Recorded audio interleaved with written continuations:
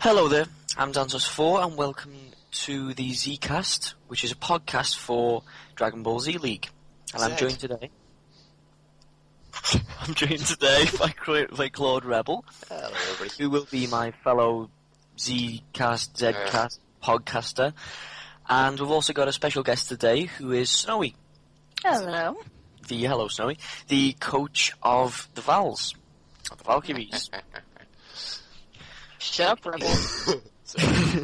So, first thing we'll do is cut to Squee, because he wants to read out a few little things about last week and tell you guys about the results. So, we'll see you in a second. Hey boys and girls, Squee913 here with your recap for Week 12 of Dragon Ball Z League Season 2. First up, we have Dragon Ball Heroes versus the Majins. Dragon Ball Heroes, my lord, where have you been this entire season? An absolutely fantastic performance from this team sends the Majins reeling. And not to mention, a brilliant performance from Master Roshi. Every time he stepped out on that field, he was downright electrifying. Now, this is not to say that the Majins did not do well. They went all out, including a great performance from Dabura and a fantastic last attempt final explosion from Majin Vegeta in the final few seconds. But they just could not overcome the dominating force that was Dragon Ball Heroes. Dragon Ball Heroes gaining their one and only victory for Season 2, going up to 1-11, while the Majins fall to 7-5. Unfortunately, that is not enough to get Dragon Ball Heroes into the playoffs, but man, what a send-off for Season 2. Next up, we have the Ginyu Force versus Team Muscle. This was a knockdown, drag-out brawl. We had a fantastic performance from both teams. A couple notable performances was Garlic Jr., usually the weaker link of Team Muscle, absolutely dominated when he was on the field.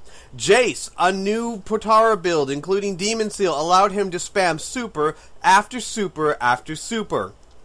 Now, while the Team Muscle did manage to pull out the win, it was a hard-fought victory, especially at the end when Raccoon refused to go down. Team Muscle pulls out the win, going up to 8-4 and clinching the top position of West Kai Division, while the Ginyu Force fall to 5-7. Match 3 was the Super Saiyans versus the Nameks. Another nail-biting fight. What is with this week?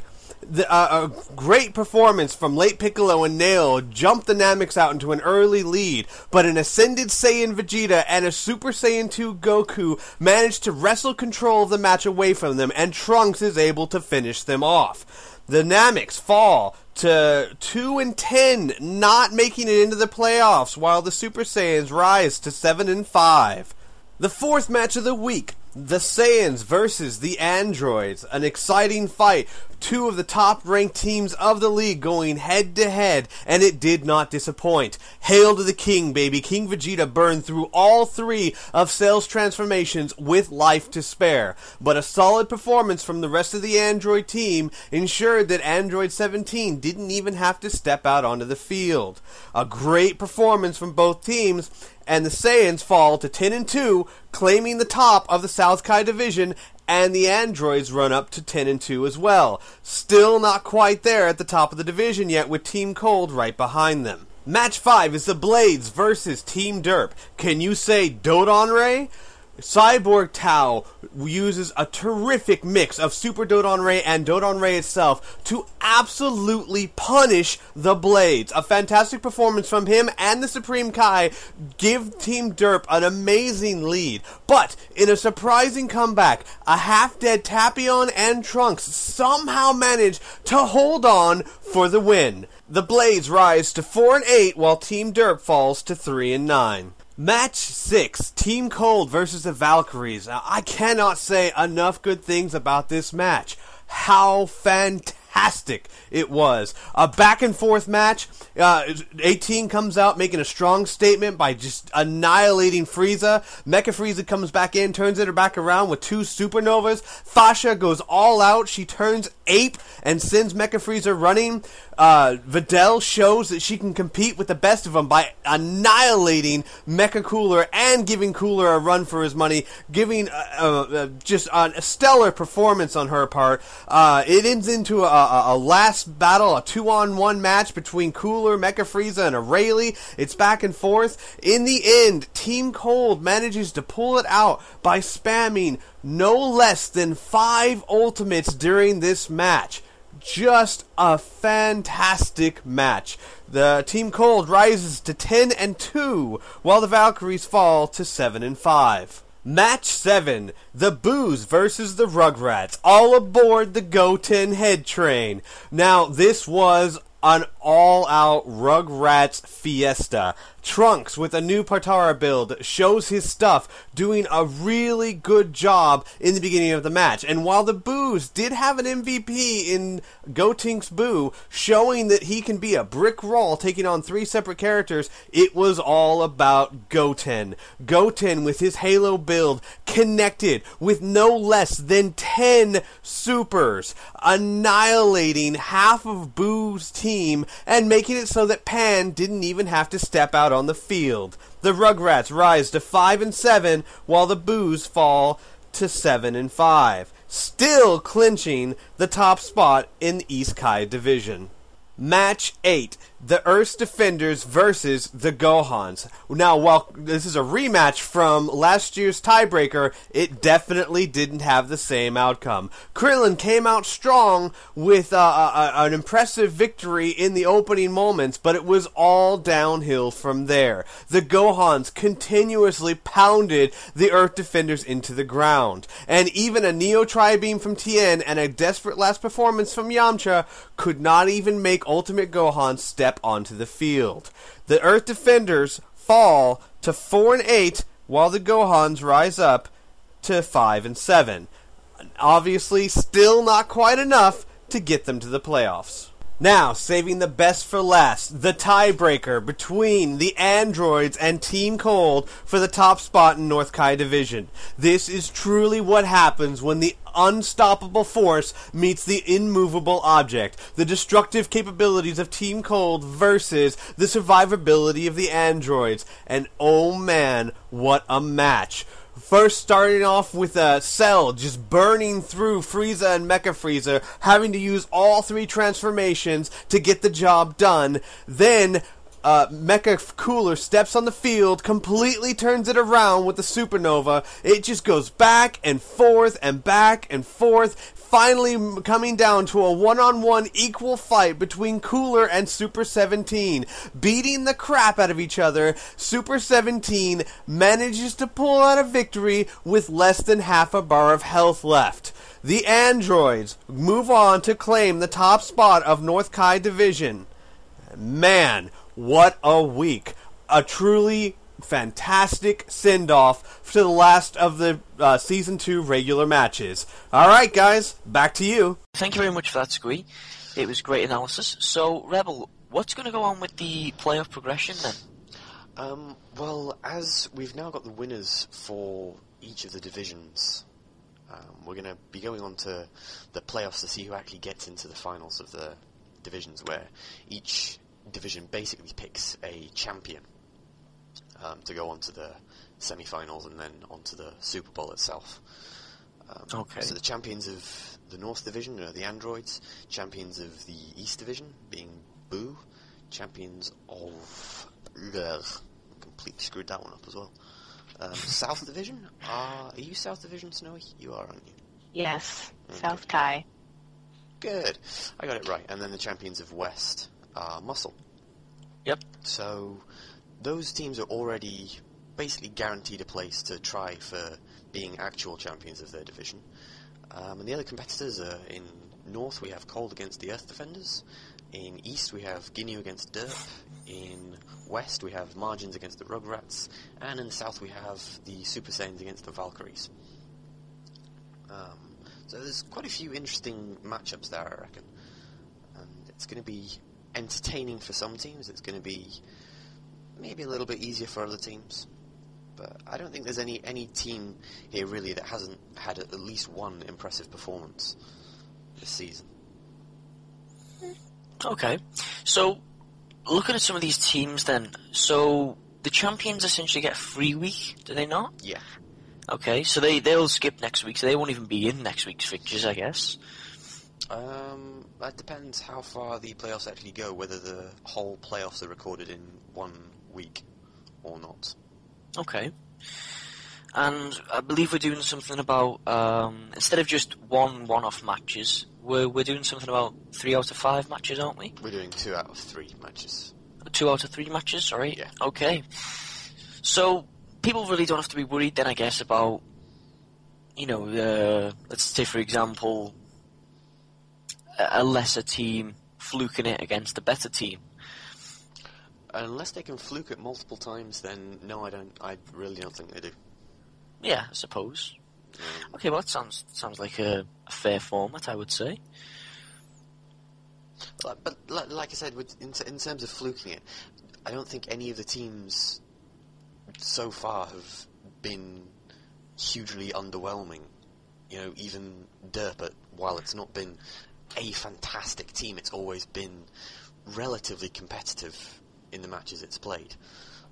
There's been, that I can recall off the top of my head, any massive dominations consistently by any of the teams. There's a lot of victories one way or the other, especially for the top teams of the divisions or the higher teams in the divisions. But there's no real runaway success for any of them. Most of the matches this season have been reasonably close. The Valkyries' couple of matches obviously being an exception to the rule there. Okay, so... Well, I guess a question both to Snowy and Rebel as well. What do you two consider to be the weakest and the strongest sides? I mean, obviously there is no dominant division, but, clearly North has got Cold and Androids who, I've got a pretty good record. South has got the Saiyans and the Vals, 2 pretty strong teams as well. But then East, the Boos are pretty strong, I would say, and Ginyu Force and Dip, but I would say personally that I think East maybe is the most inconsistent week by week. What do you guys think? I'd have to agree. I'd really have to agree. The win-loss records for all the teams have been fairly even in most cases, but East Kai does have some of the biggest gaps. Actually, East Kai I would have thought was actually one of the closer divisions, to be honest with you. The top team only won by a single victory over, Muscle only had 1 victory over the Margins. Sure. The Margins only had a couple over the Rugrats, and the Rugrats only had that 1 over the Blades. So there's probably actually the closest division of them all, just looking at what I've got down here. That's true enough, really. I think just from thinking back to all the fights I've seen from these people, not just the win-loss records, but also the fights themselves. Yeah, they have been pretty inconsistent in the way they've played. They've often been, Muscle especially, has had its moments of being massively dominating, but then also its moments of being absolutely pathetic. Well, sort of. As much as a team that as soon as they start punching you will start causing a lot of pain can ever be pathetic. Okay, so should we start picking some winners then? Out of, who we think will win maybe each of the first matches, because it's kind of difficult to predict who's going to win a match after somebody's already won a match, if you know what I mean? Very true. Yeah, but so, we can do that anyway, because that would be entertaining. Yeah, I suppose. But yeah. So, North Division, what does everyone think? Cole versus Earth Defenders. Oh, Cole, certainly. Admittedly, Cold is the stronger of the 2 teams, but it is a luck-based game. Yeah, I have a little bit of a disagreement there. I think some players are either slightly intrinsically stronger than others, or certain AI setups and Patara setups are naturally better for certain players. So that's very true. Luck does certainly exist, though. You're right there.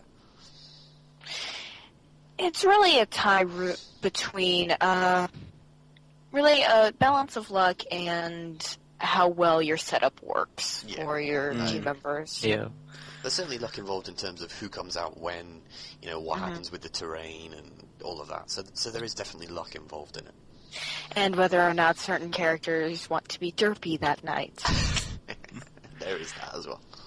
Well, yeah, I mean, if Tien turns up and starts doing what he did in Season 1 with that ridiculously powerful ultimate, Very true. there could be a few casualties on Team Cold. But then at the same time... If Mecha Frieza, Cooler, Meta Cooler, and Frieza decide to spam ultimates, then I think it's unlikely there's that we'll ridiculous have problems.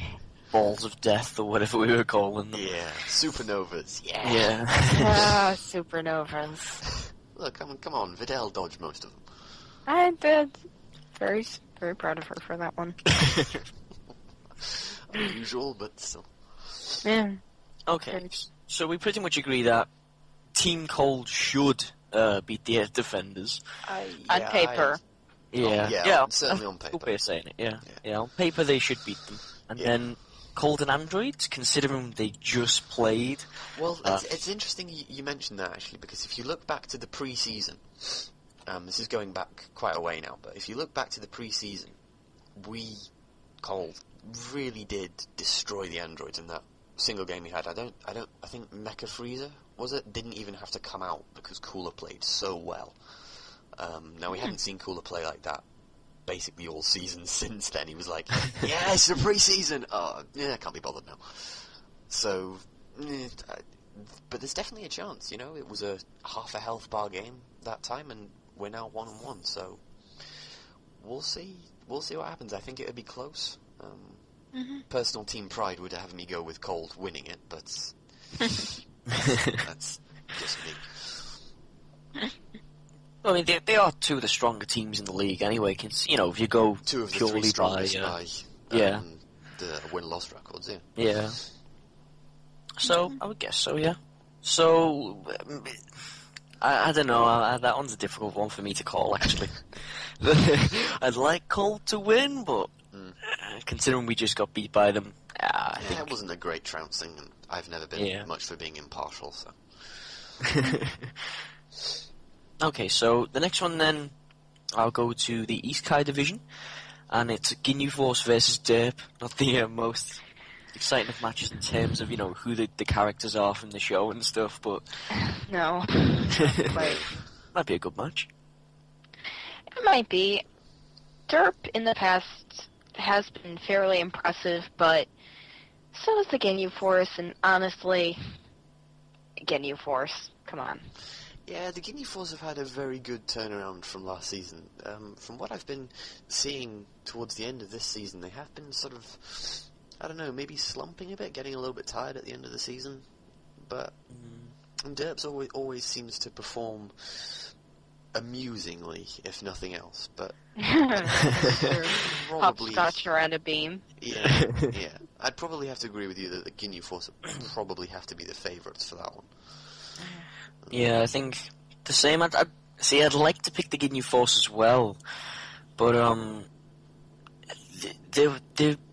every time I think about Team Derp, it goes back to, it may have even been the pre-season or maybe the first game or two, and there was a particularly brilliant performance from Supreme Kai. Yeah, that was the first game of the season. Yeah. Super Saiyans,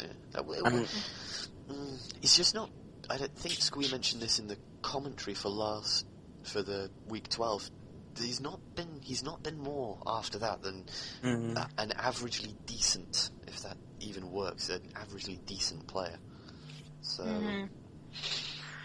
so I guess all Team Derp can hope for is that they have a chance. They certainly have a chance. I just wouldn't rate that chance to be particularly high, to be honest. Okay, so we pretty much all agree again on paper the Ginyu Force should win. Then they'll face the Boos. So what do you guys think about that? I think the Boos will win. I have to go with the Boos. The Boos pretty much certainly from season 1 have been possibly one of the certainly one of the strongest teams in the league. You know, as evidenced by the fact that they seem to have a different setup every week, and always seem to perform reasonably impressively. I think Team Boo's probably one of the strongest teams in the league at the minute. So, yeah, I wouldn't rate Guinea's chances against them, but you never know. It could happen. If Raccoon decides to plant some boo trees, then there could be some very interesting amounts of damage going around. But I would say the same. I would say Guinea don't really stand that much of a chance. No. Although, as we said, there is an element of luck in there, and they could just happen by the perfect setup, and or just have one of those games where Team Boo doesn't really perform. Those games happen for every team in the league. Very true. Okay, so the next one will be Westkai, and it's the Margins versus the Rugrats. As long as Goku McSpamalot doesn't get a chance to start up, I have to side with the Margins. I'd be inclined to agree with you there. My immediate thought when looking at that is Margins are going to win. Rugrats have had a few very impressive performances. They really have the potential to be a great team. They did beat Team Boo last game. So they have the potential there to be a fantastic team if they're used correctly, if their AIs work, and if they have just that little bit of luck that every team wants to have. They could certainly win. But yeah, I think Margins are probably the favourites just out of consistency of their performances and for the fact that they beat my team. Yeah, I would say the same. Just out of curiosity as well, what do you say as coaches? What do you think about the Rugrats' choice not to use Goten and Kid Trunks as fusion? I don't know. I really don't know, because when they were allowing it, Gotenks was a very strong character on the team, but it seems that they really want two characters instead of one, and there have even been rumors that they're going to be booting Trunks from the team. The difficulty with the fusion is, while the resultant character does have more health and is arguably more powerful individually, you don't have the ability to use the tag outs. Two players will tend to win against one, provided they tag properly. If they both have Savior on, they obviously have that advantage. So I think two players probably have the advantage over the one player. But obviously using... I don't know whether... Is Broly's ring taking them an extra... It's taking away one Patara point for them, isn't it? Yes, it is. I think so, yeah. On each player, so there is that, and whether that's useful to them or not, I think remains to be seen. I think they have to give everything a chance. They gave Gotenks a chance, allowing the fusion to happen, and I think giving the team as individuals now a chance to work on their own is worthwhile. So I think saying you're going to kick someone out of the team so early is maybe a little bit hasty, but we'll see what ends up happening. Yeah. Okay, so we all kind of agree that providing Rugrats don't use a bit of spam and get a bit lucky with the AI, Margin should win, really. Yeah. So far it's been pretty on paper as to who will win, hasn't it? Yes. The paper tends to be reasonably accurate. Yeah, that's true. Yeah. There are a few upsets, but not many. So yeah, and then the Margins will come up against the reigning champions, Team Muscle. Well, who do you think will win there? That's a tougher matchup, I think. Between the two of them, and they've been fairly consistent, both of the teams, and fairly even throughout the entire of Season 2. It could really go either way. It could go either way. It really does depend on how certain elements of both teams perform. What happens in terms of transformations for Muscle, who goes what when, and how they do. My immediate instinct again is to say Muscle are going to win. However, there's always the potential for upsets. There's always the potential for Margins to just perform spectacularly well, or the potential for Muscle to dominate. So my instinct is to say Muscle, but I reckon it could also go either way. Yeah, I would say I had the same instinct thinking about it, but then Snowy does make a very valid point that the margin, they've done quite well as well themselves. I mean, they've made it into the playoffs, so they're not exactly a walkover. Well, don't get me wrong, I'm not meaning to offend all the other teams, but they're not exactly another team. They're not the team that you would be most confident about going up against. Yeah, Put it that way. There are some teams that you look at it and think, I think we'll be okay there. Margins, I think there's always that element of doubt when you're facing the margins as to whether you'll actually pull it out or not. Exactly, yeah. Okay, and then the South Kai division is going to see Snowy's Valkyries against the Super Saiyans. Opinions? I really don't know. The fact that they're my team, I have to say the Valkyries, but really it is luck. If the Demon Child is in play, and if 18 is sadistic as she was in Season 1, if Fasha is as ruthless as we've seen her be, if Adele doesn't derp out, he can win. However, it could go either way. Yeah. Yes, there is. It really is with the entire game. Yeah. This is one of the games, actually, where I really don't have an instinct on that one as to where that would go. That's one of the ones that I would have to think about for quite a while before making a betting choice. I would say, though, looking at performances, looking at, abilities and characters that they've got, I'd probably end up having to go with the Super Saiyans, maybe having the advantage. Possibly, but again, not really sure. The Valkyries have proved to be one of the most dangerous and the most terrifying teams out there. So, yeah, I think that one's going to go either way, but I'd probably have to say Super Saiyans, though. Yeah, I think...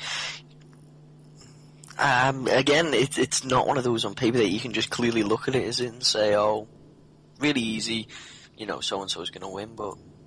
Especially since if you look at it on paper, both teams are 7-5 at the end of the season, so there really is nothing in terms of scores to pick against them. It's just what kind of setup you think works better, to be honest. Right. I actually think, I don't know, I honestly couldn't pick. If I was going to pick, maybe the Valkyries, purely because I just like them better than Super Saiyans. That's the only reason I would pick. But... no, I probably like the Valkyries better than Super Saiyans, because Super Saiyans always beat us. Yeah, but, exactly my reasoning. I don't think we've won a single match against the Super Saiyans, so I almost hope they win every single game just so we can face them at some point. And then whoever wins out of the Valkyries and the Super Saiyans then goes up against this season, who have kind of been like the Manchester United or the Patriots of the league, haven't they? I mean, the Saiyans.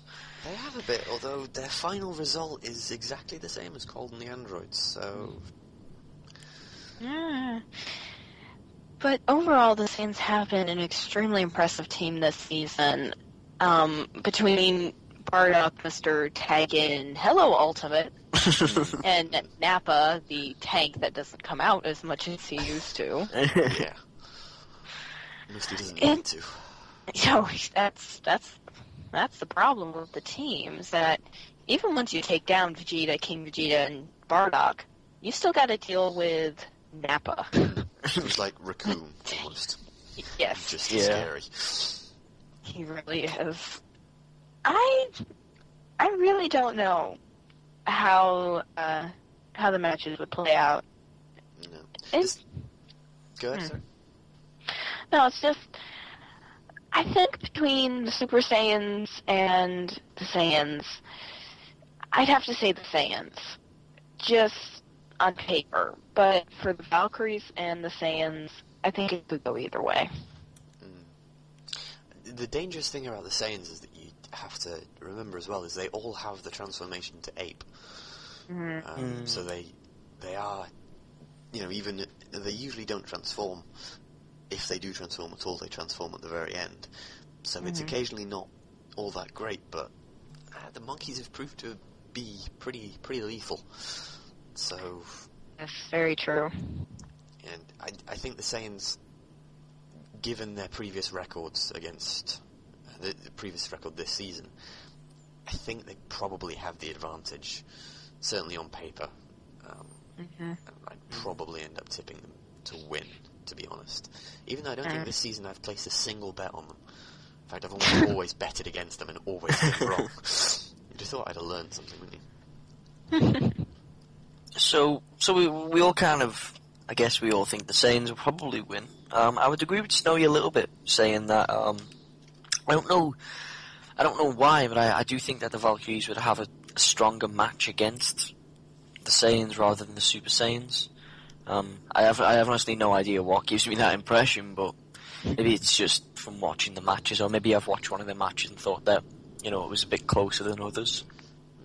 To be honest, I would have said actually that the Super Saiyans would have more of an advantage just because of their focus on more ranged moves. The Valkyries seem to be more in there with close combat and rush B2s rather than the actual ranged, more distance energy wave based stuff that the Super Saiyans are more well known for. That is a good point. Yeah, I mean that would be a good counter, especially if they decide to go ape. Yeah. That would be a massive advantage, actually. It would be. But I mean, well, I would say South seems to be the most difficult one to call, really. It does, actually. You're right there. It does indeed seem to be the most difficult to call. Well, it seemed. Well, I was going to say maybe North and South are the look like the strongest ones on paper, but To be honest, I'd in all seriousness, I would agree with you there. Pretty much every division has at least one very strong team going forward. But South Kai division has 3 teams that have been very impressive this season. And North Kai division has the 2 of the 3 top teams in terms of score this season. So I do think that the North and South divisions are the strongest. So, go on then. I'll see. Rebel, you said you probably tipped the Saiyans to be the all-out leaders, the all-out winners. Sorry, of the tournament. Yeah. To be honest, this is sort of hedging my bets a little bit, but Saiyans, Androids, or Cold, yeah, the 2 top 3 teams of the league, obviously, in my opinion, have the best chance of winning. But yeah, given their performances this season, the Saiyans, yeah, I think they probably do. But to be honest, looking at any of these teams, even if it's Androids, Muscle, Boo, and Saiyans as the final 4 teams, between those lot, it's really difficult to pick. Who would actually go through on them, and even if you substitute, Cold for Androids, Margins for Muscle, and I don't know, Valkyries or let's say Super Saiyans for Saiyans, it's still a pretty tough one to call. It's not like it's going to be a clear-cut thing. I don't think. I think we're probably going to need to use those 3 matches at least a few times for each section of the play. Wow, my mind's gone blank. But you know what I mean. Each stage of the tournament. That's what I want. Yeah. And what would you say, Snowy? Would you have a clear winner, or do you feel the same? I feel the same, really. I really do. Competition is really... Yeah, well, I'm being honest. I mean, yes, I do have to side with the Valkyries every time, but in all honesty, the matches could go either way. They could indeed. Yeah, well, again, that really is the nature of the league, really, isn't it? I mean, we could have a final with Derp, Super Saiyans, Rugrats, and Earth Defenders, and it is technically a possibility, but we it's could the do, least but I likely think one. looking at the teams coming up, I think that's unlikely. Yeah. The divisions this season were actually spread out really nicely. 4 of the top teams, or 4 incredibly impressive teams this season are leaders of each of the divisions, and there's at least one really strong team coming up second. Yeah. So it's gone well this season. I'm impressed. So we'll see what happens. Okay, so since we've gone through, picking our match predictions, pretty much going through who we think will win, each division and everything, you two, as you've already mentioned, a little bit more on the betting system than I am. I believe it was made by, was it Altair? Yes. Yeah? Yes. Just for the viewers, could you two go through the basics of the betting system, and maybe say who you'll be putting a bet on if you're going to be putting any on? Do you want to do that, Snowy, or shall I? I used to, but I stopped doing it to save my money for the Drinking Dragon.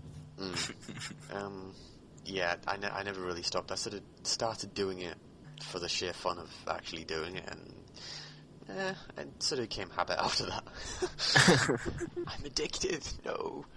The betting system is nice and simple. If it got much more complicated, I probably wouldn't do it because I don't have the patience.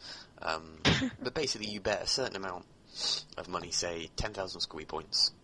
That's basically the currency for it, on a team of your choice. And if that team wins, you get an extra 10,000. So you keep your first 10,000, and you get an extra 10,000 on top of that. If you lose, then you lose that 10,000. There are certain special bets which I don't fully understand. I think you pay a small amount of money, so like for a solar flare you pay, say, 5k. This is off the top of my head, it's probably wrong because I don't do them, but you pay 5k for a solar flare and you guess which matches are going to have a solar flare in them, and then from that, if you win all of those matches, you get, say, 50,000. And that's how I think it works. So it is a way to make massive amounts of money pretty quickly, but you really do have to be on the ball with those. I haven't done any of those yet. So, but I think I'm the highest, despite the fact that I didn't get the 1 million Dragon Ball Heroes bonus. I think I'm still the highest person with the most money. I'm the richest person on the planet. Which is probably so far off real life it's not funny. Let's just have a quick look at the front page of it. Yeah, I mean, I've seen a couple of the bets being suggested by people, and they do actually look quite interesting. There have been a few, like,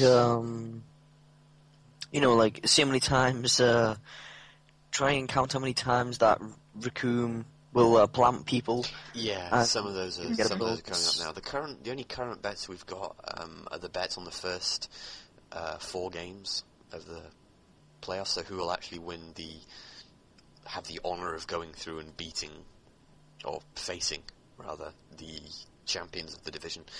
We also have 2 special bets at the minute, which is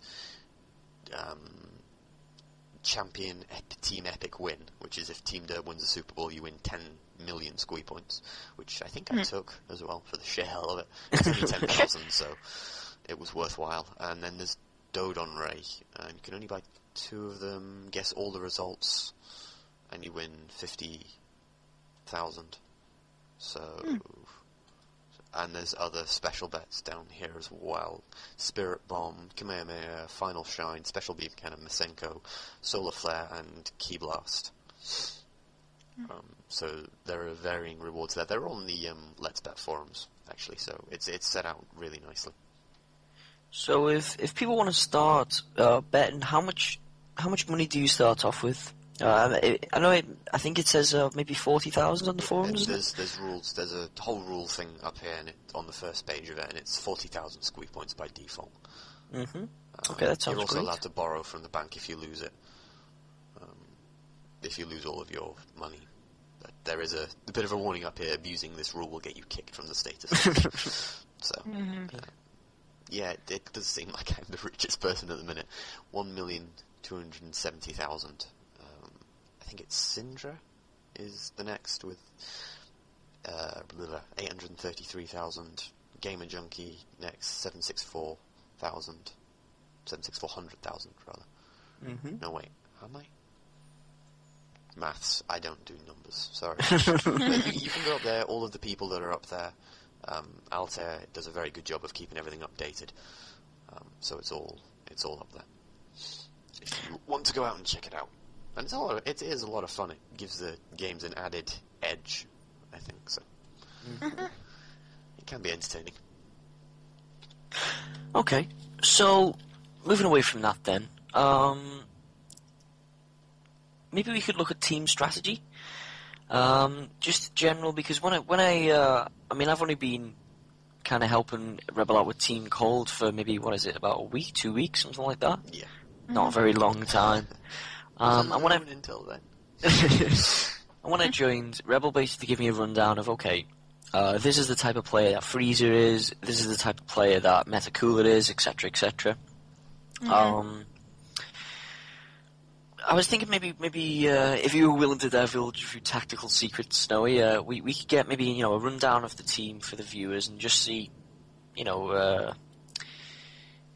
just to see exactly how you play things out. No problem. I can do that. Alright, my setup for the Valkyries is unique for each girl, and I guess I'll start with Fasha. Fasha are, I should say my setup, so I got this all up on my own. Normally I have the rest of the thread, the rest of the Valkyries fans giving their input, but I came up with this and, just said, okay, this is the best idea. Anyway, we really have Fasha focused on hand-to-hand combat more than her energy moves. And as such, and since we did have her on our opener for quite a few weeks, we had her with Dende's Healing, a very, very popular Potara, which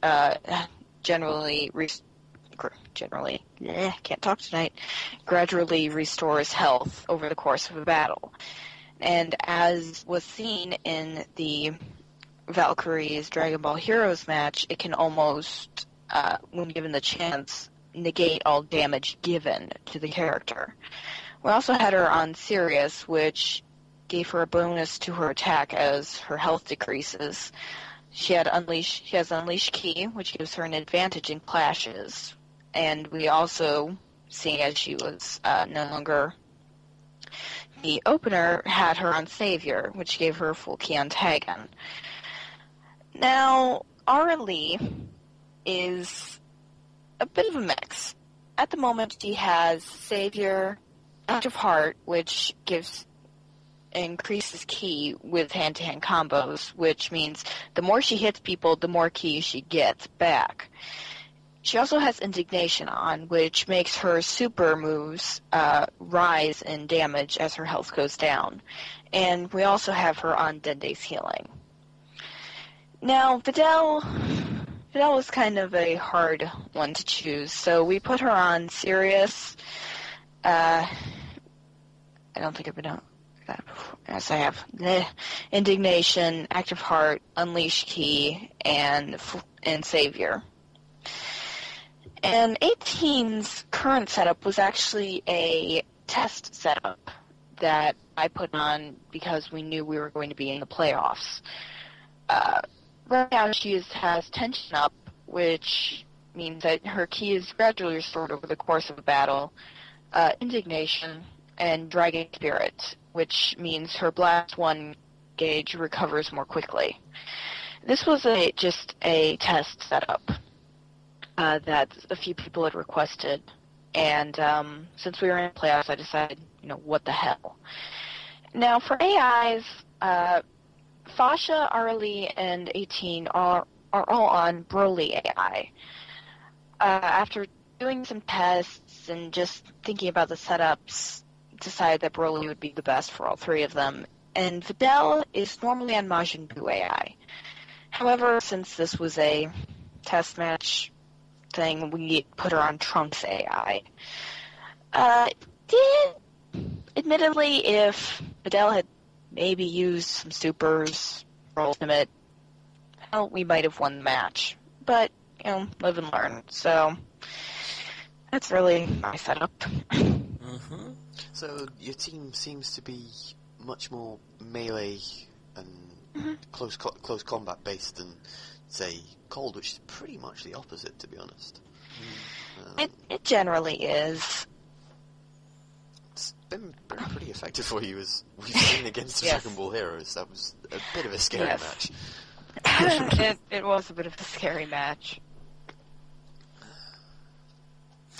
So yeah, I mean, even just having 3 out of 4 of them on Broly AI, which, according to, I guess, the official AI customization thread, his attack valued is chasing, he chases, I guess, be the way you say it. Constantly attacking people, constantly trying to pin them down, really not giving them a moment's rest to do stuff with, launch their ultimates. Like, Team Cold would try. Yeah, working great. Yeah. Sorry, Snowy, I'm not going to resist any chances I get. Dig in, I'm sorry. Oh, I know. I don't mind. So yeah, I mean, it was so pretty much, as Rebel said, you're just very melee-focused team, which is quite the opposite from what the thinking pattern that I'm used to, I guess. Because with Cold, it's all about, I guess try and get as much ki as possible and launch big death balls at everyone that you can. For Cold, it's there's very little in terms of difference in that. Staying away from people, launching far-ranged ultimates, and really focusing on dealing as much damage as quickly as possible. Metacool is a slight exception to the rules on that one, just because his supers really aren't all that impressive. Right. He doesn't have any rushed B2s either, so his way of doing things is more, if he can get to max power, supernova it.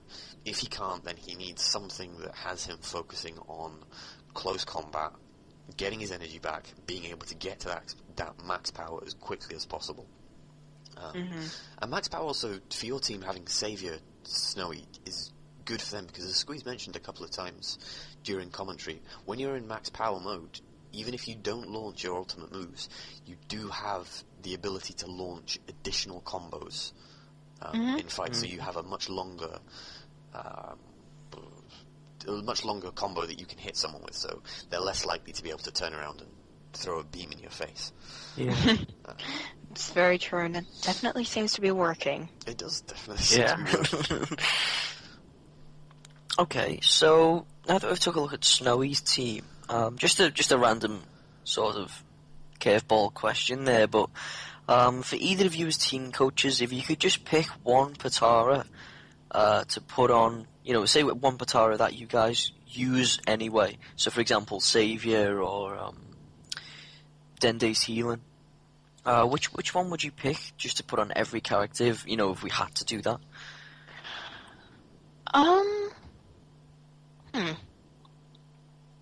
I'd have to go with Dende's healing, I think, to help with survivability. I probably wouldn't go with that. I'd go for either, being offensively based, I would go for either Saviour or Launcher support. Saviour being, max power mode as soon as you tag in. Fingers crossed someone tags out and gets back in with the Saviour. Launcher support is useful, especially if you focus just on B2 moves. It helps you charge up a lot quicker. It also helps androids, or at least supposedly helps androids. I think it definitely helped Metacooler in that one game. It did look like it was. I did notice he was charging key a little bit faster than last time, but He was. being an android, there's not a lot of charging going on anyway. It is occasionally hard to tell. One thing you might want to consider Snowy actually, or for anybody who uses the Android type characters, is launcher support instead of tension up. From what I've seen, they are exactly the same cost, and from what I can see, launcher support seems to be almost as good, if not better, than high tension, which is basically a step up from tension up. So that could have also been an effect from Metacooler of having Active Heart and Quick Fast Attack on him. Active Heart, gains extra ki when he hits, and Quick Fast Attack basically makes you attack your melee attacks that much faster, so you can get more combos in quickly, and then obviously using that gain ki back a lot quicker. So it could have been a combination of everything there, but launcher support may well be slightly faster as well. Which in terms of the gameplay mechanics, from what I understand, launcher support is rather difficult to get hold of using the Budokai games. I don't know. I haven't actually researched it, but from what I understand, you get it after you've unlocked absolutely everything in the game and beaten absolutely everything. So nice. It's likely to be better in terms of that, but it just might be something for everybody who uses Androids to keep an eye out on, and just to maybe inspect whenever you see that coming up. I know I will be anyway. So, do you think there's going to be... Are we recording, by the way? Are we recording, yeah? Yeah. Okay. So, do you think there's going to be any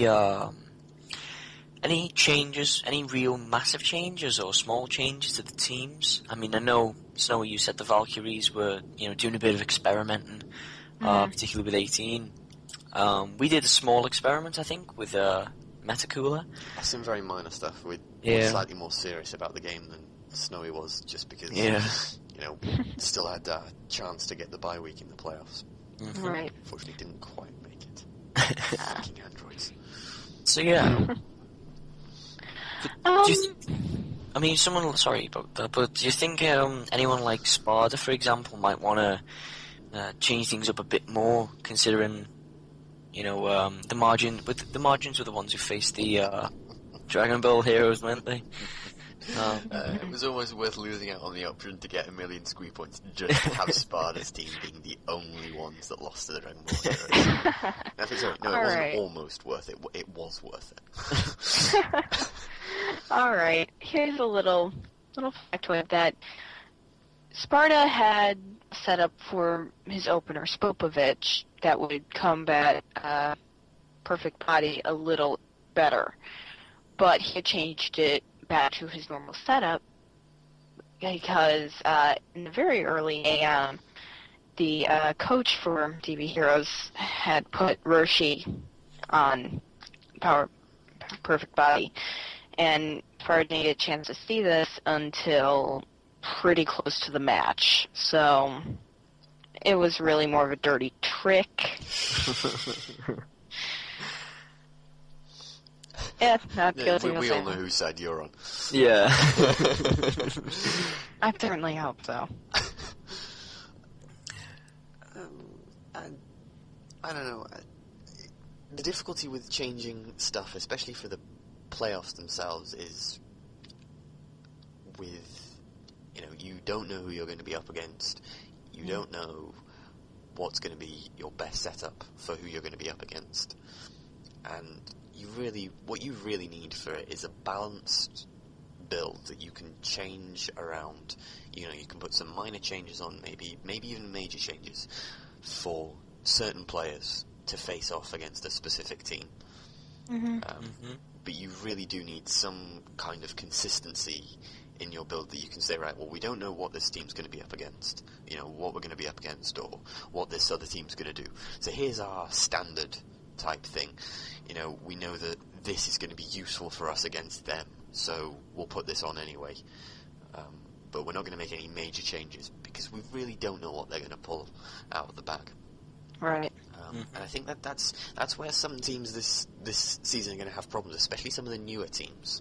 And certainly for some of the newer teams again next season, especially the teams that are going to bring in new players, are going to be at a disadvantage because they won't know for those players what their setups, what their ideal setups are going to be. You know, they're going to have an idea, but basically for that player, they're going to be a whole season behind in terms of testing, and in terms of actually seeing what those players can do. Right. So, major changes maybe, but Maybe, yeah. consistency certainly has its advantages. It does. Right. Well, the next section was really an interview, but we've kind of covered a lot of that anyway. Yeah, we have pretty much covered that. There's one bit that I'm looking at here on the format that you gave us. I'm really looking forward to this bit. Okay then, so should we just let you two slug it out for a second then, and talk about the Valkyries and Team Cold match? That was such a fun match. Fun. Yes, keep in mind that dodged quite a few supernovas. Yes, but you did a reasonably good job at doing a sort of cat and mouse thing with the supernova. It wasn't all that dreadful for you. We only destroyed the planet a couple of times. Well, once, because apparently you can't destroy it a second time, which sucks. It's like, I want nothing, I just want to be fighting on a tiny little bit of land that's only big enough for one person. And it's two people fighting in space just for the privilege of being on that one bit. That would be so cool. No, I'm perfectly willing to admit I was quite literally on the edge of my seat at the very end of that game, when we had Aurelia at full health. That was a very, very tense moment for me. But it was a pretty fantastic game. It was very entertaining. It was. I really can't be upset with how any of my characters performed, other than perhaps the fact that there weren't a lot of B2s at all. From my team. No, 18 did pretty well. 18 did do pretty well, but the rest of the team, not so much. Yeah, as soon as they saw the amazing power of supernovas, they kind of got scared. Or they just realized, oh, we don't have a place to kick. Yeah.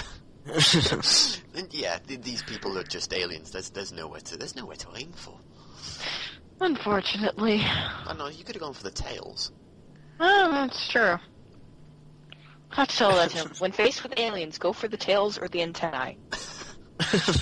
Yeah. I shouldn't have said that, should I? Shit. No.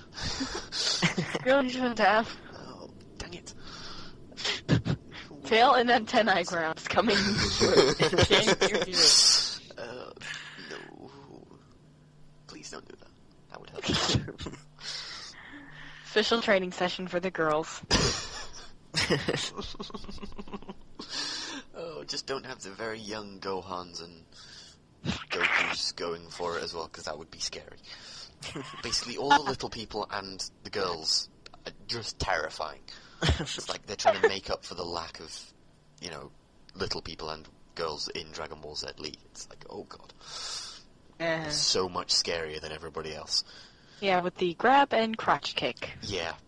There's Broly, who is big, bulky. I'm not scared of Broly.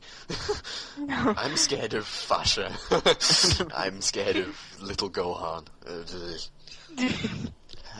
No. That's making me shudder.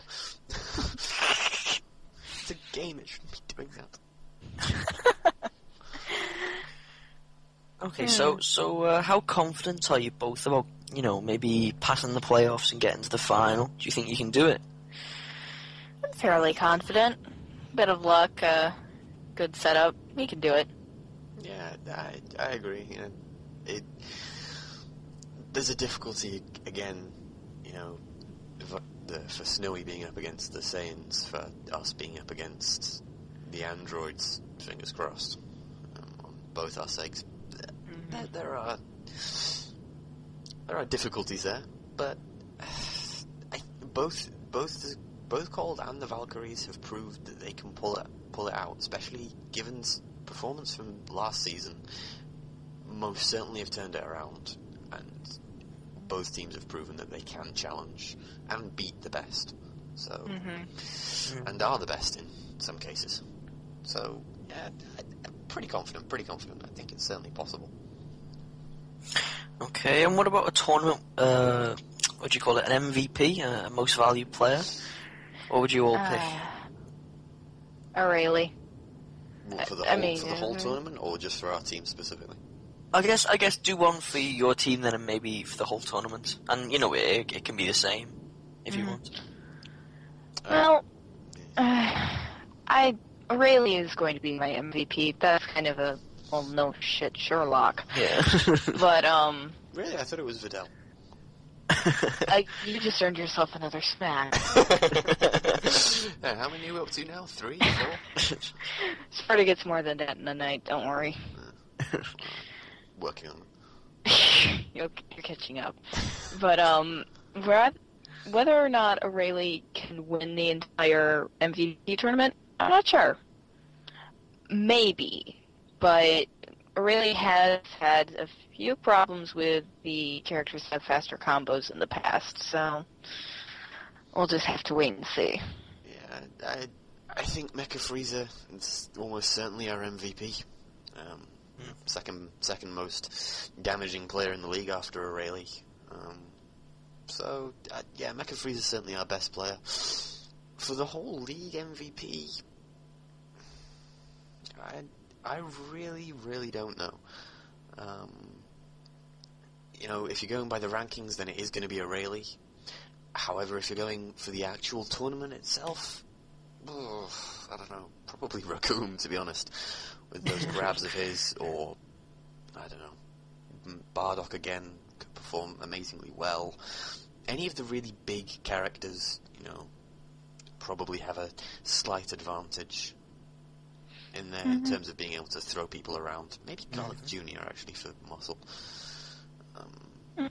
But I think saying the MVP in terms of players in the team in the actual league and MVP in terms of single player tournament is going to be different. And yeah, so for teams, certainly Mecha Frieza. For the actual tournament itself, I really couldn't give you an answer to that one. I think more than anything, that one is really just based on luck and who grabs the best when they're closest to the ground. Yeah, I think that really is the main deciding factor in those games. Okay. Is there anything else that we could go through, or have we pretty much covered everything? I think we've pretty much covered everything, unless Snowy, you've got anything to add. I can't really think of anything. No. Next week we may end up having more. Are we going to be taking? Are we going to be taking maybe a series of questions for the next podcast from viewers? Yeah. Oh, and we didn't mention the Drink and Dragon thread and the fact that we've also got our own one as well. No, that's true. We've mentioned them now. Yeah, Snowy, you're probably better qualified than any of us to go for the Drinking Dragon thread news. Alright then. The drinking, for those who don't know, in other words, for those of you who don't get on the forums, the Drinking Dragon is a thread on Squeeze forums in the DBZ League section that has really taken off from its beginnings, that really started fairly early on in Season 2, but it has gotten to over 100 pages now, and it's just a fun place to be idiots, roleplay a little bit, talk about your team with other people, just hang around, have fun, rag on trolls. In other words, it's called being sociable. Yes, it's being sociable. It's the social bit of the forums, really. Exactly. Which is why I've basically avoided it like the plague. So I figured as much. Stuck in my dark room with a book. The horror. Sheer terror of other people. And the sound effects are entirely necessary, I assure you. Okay. What was the other one? We Okay, we yeah. got our own thread. Yeah. Yeah, we've also got our own Dragon Ball Z podcast thread, podcast section, I think. It's full of amazing stuff. Yeah, nothing. But yeah, what I'll maybe do is create a topic, and then any viewers that want to, give us any questions, and at the end of every podcast, basically we'll go through any questions that you guys have got, whether it's what you think of Dende's healing, why is it important, how come, Sucha Potara isn't popular, or why did Sparta lose? Any questions that you have, we'll try our best to answer them, and at least find out from people who know these things. Yeah. For example, if it was me and Rebel on our own, and we wouldn't have known why Sparta had lost, whereas Snowy has got. I could have made some entertaining guesses. They'd have probably been wrong. I'd have had fun. So yeah, I'll create a thread on there, and if any of you guys want to ask us any questions, then feel free, and we'll have a little Q&A session next week at the end of the next podcast. Cool. So yeah, thank you for watching. I'm Dantos4, and my co-host is Rebel. Hey. And, Enthusiasm. and this week our guest has been Snowy, so thank you very much, Snowy, for coming on. It's been quite an early morning for you, I think. Or late night, depending when Oh, you're late going to night, bed. yeah. Technically late night since I'm off to bed. Silly Americans. So yeah, thank you very much, Snowy, the coach of the Valkyries. Thank you very much Been for... very entertaining. Yeah, in fact it has, yeah. It really has. So, we'll see you guys next week. See you next time. Bye.